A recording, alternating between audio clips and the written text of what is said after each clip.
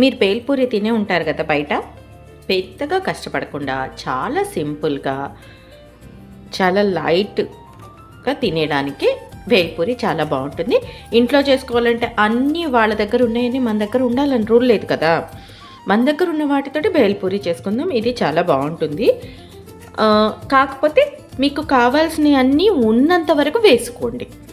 నేను ఇప్పుడు సింపుల్గా మెయిన్ ఇంగ్రీడియంట్స్ తోటి బేల్పూరి చెప్తున్నాను. ఒక్కసారి ఇవన్నీ చూద్దాము. ఒక టమాటా ఇలా చిన్న చిన్న పీసెస్గా కట్ చేసి పెట్టేసుకోండి. ఒక ఉల్లిపాయ ఇలా మీడియం సైజ్ది కట్ చేసి సన్నగా అది కట్ చేసి పెట్టేసుకోండి. ఇక పచ్చిమిర్చి తినేవాళ్ళు ఉంటే పచ్చిమిర్చి సన్నగా కట్ చేసి పెట్టుకోండి. కొత్తిమీర తినేవాళ్ళు ఉంటే కొత్తిమీర ఇంట్లో ఉంటే కనుక వేసుకోండి, లేకపోయినా బాగానే ఉంటుంది. ఇకపోతే కారపూస, సన్న కారపూస ఉంటుంది కదా, అది ఉంటే అది వేసుకోండి. బూందీ ఉంటే బూందీ వేసుకోండి. బట్ అవన్నీ లేకపోయినా కూడా బేల్పూరి సూపర్గా చేసుకునేలాగా మనం చూసుకుందాం. ఈరోజు మీకు బేల్పూరి సూపర్గా ఉండేలాగా నేను చేసి చూపిస్తాను. ఓకేనా? ఇప్పుడు మనం ఒక గిన్నె పెట్టుకుందాము. కొంచెం లోతుగా ఉండే గిన్నె తీసుకోండి. దాంట్లోకి ముందుగా ఈ ఆనియన్స్ వేసేసేయాలి.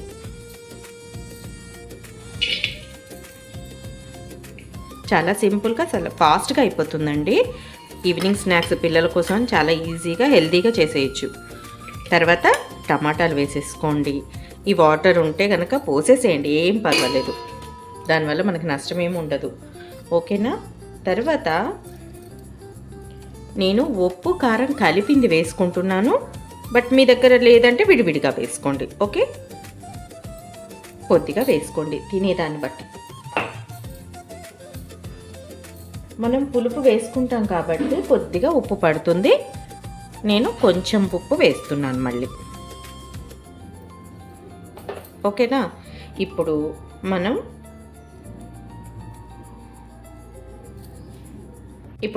నిమ్మకాయ పిండుకుందాము. గింజలు లేకుండా చూసుకోండి, పిల్లలు కదా తినేది, దానివల్ల ప్రాబ్లం అవుతుంది. మళ్ళీ గొంతులోకి వెళ్ళిపోతాయి, చికాకు పడిపోతారు. చూడండి, గింజలన్నీ చేతిలోకి వచ్చేసినాయి. ఇలా వేసిన తర్వాత మనం కొద్దిగా ఒక్క స్పూను నూనె వేసుకోవాలి. ఒక్క స్పూను నూనె వేసేసుకోవాలి. అంతే, ఇంగ్రీడియంట్స్ మ్యాక్సిమం అయిపోయినట్లే. ఇలా మనం బాగా కలపాలి వీటిని. దీంట్లోంచి వాటర్ వస్తుంది చూడండి, అది మనకి మెయిన్ ఇంపార్టెంట్ అన్నమాట. ఇలా కలిపేసి ఇప్పుడు మనం ఎన్ని మరమరాలు పోయాలనుకుంటున్నామో అవన్నీ ఇందులో పోసేసుకోవడమే.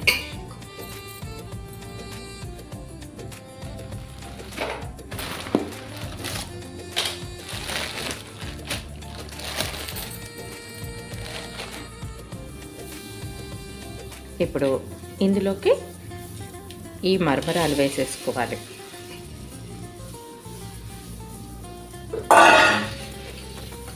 అంతే, కలుపుకొని మంచిగా నీట్గా అన్నీ కలిసేలాగా పెట్టుకోవాలి. ఈ వాటర్ ఉంటుంది కదా అడుగున, ఈ వాటర్ అంతా ఈ మరమరాలకు పట్టాలి.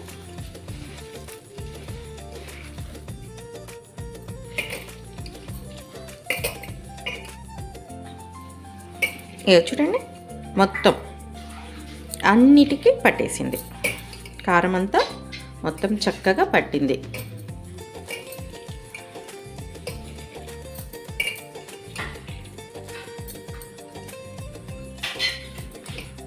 ఇప్పుడు ఈ టైంలో ఒక్క రవ్వ టేస్ట్ చూడండి, సాల్ట్ సరిపోయిందా లేదా అని. సూపర్. అంతే,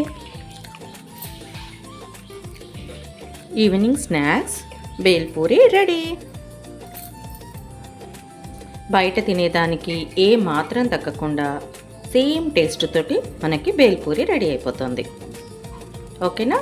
మరి ఇలా చేసుకొని మీకు బాగా కుదురుతుంది కదా, అది ఒక్కసారి మాకు కామెంట్ రూపంలో చెప్పండి. Okay, bye.